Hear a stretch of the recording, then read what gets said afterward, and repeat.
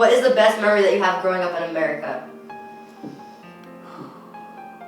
Still having Portuguese heritage, Portuguese traditions, and living in America. Yeah. Not losing all of that.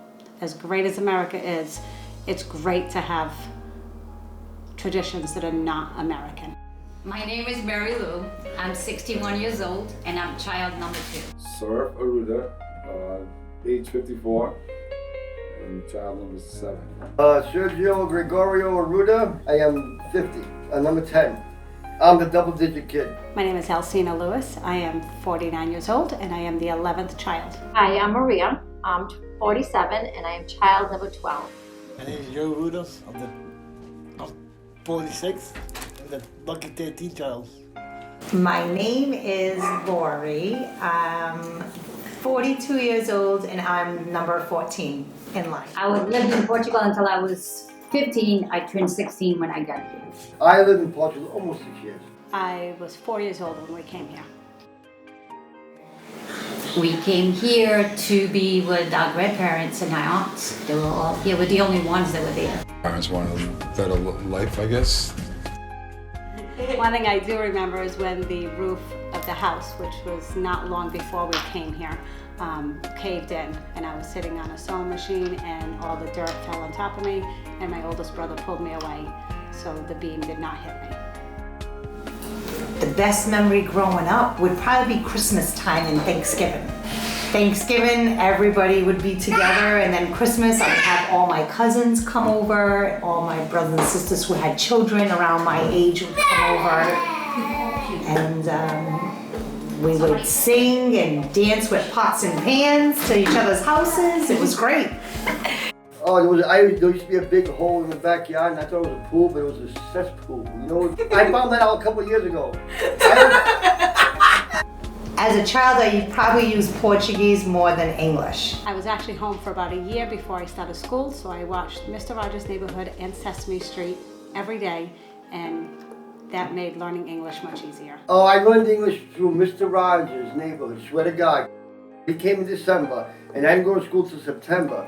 So, everybody else went to school above me, so those first 9 months, I used to watch Mr. Rogers' Neighborhood, and he helped me learn English. I want to say it took me about, I don't know, a year to learn some English. Girls are definitely targeted more in a Portuguese household. They expect more. They have to cook, clean, take care of the kids, where the boys just really don't do anything but carrying the groceries. That was pretty much it.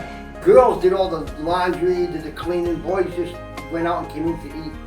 So, Mike was not get hurt, come home. A lot of house cleaning.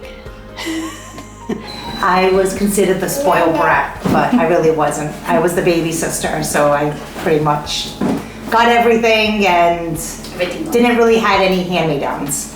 I was a spoiled brat.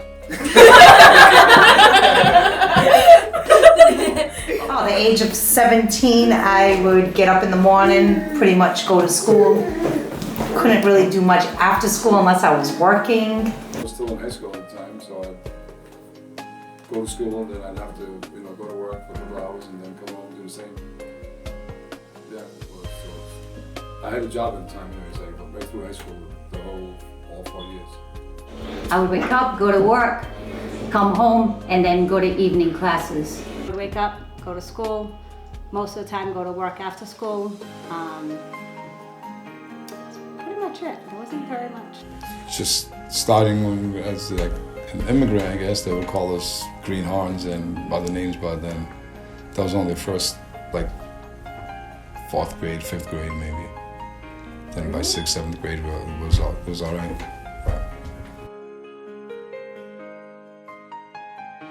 Yay!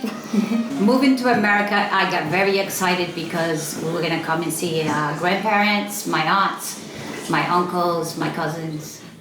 Place to be, I guess. It was a big country. It is the best country in the world. I came first with my dad to get an apartment ready, my dad with getting a job, and then my dad went back to Portugal, my mom and all the other kids. I love them because what they did, they took the whole family, like 12 of us, it was like 12 of us from, to a different world and a different country. And 5 years later, they bought a house, this house here, which is not much, but it's their house. Wow. And they love everybody, and we love them. Well, I definitely love both of my parents, and I respect them very, very much for raising that many children, coming here from Portugal, becoming citizens, buying a house, working hard, supporting us. We really never went without. We had everything that we needed. Of course, every child always wants something they just want, but we definitely had everything that we needed, and I envy them very much for that, and I thank them. The reason and I respect my parents very much is because they came here with 11 or 12 kids, moved to a foreign country. My father worked very, very hard. My mother took care of the kids. She was a housewife, and my father worked a lot. He bought a house within 5 years that they were living here, and they raised us to be respectful, grown adults. You're the best. I love you. To my parents, why is this so hard? My mother is a saint. The strongest woman I know, physically and mentally. And if I could be half the woman she is, it'd be enough. My father is a pain in the ass. I love him, he's a pain in the ass. But I do love my father. He is a very hardworking man and did everything that he could to give my family everything that we needed. I love you, Mom and Dad.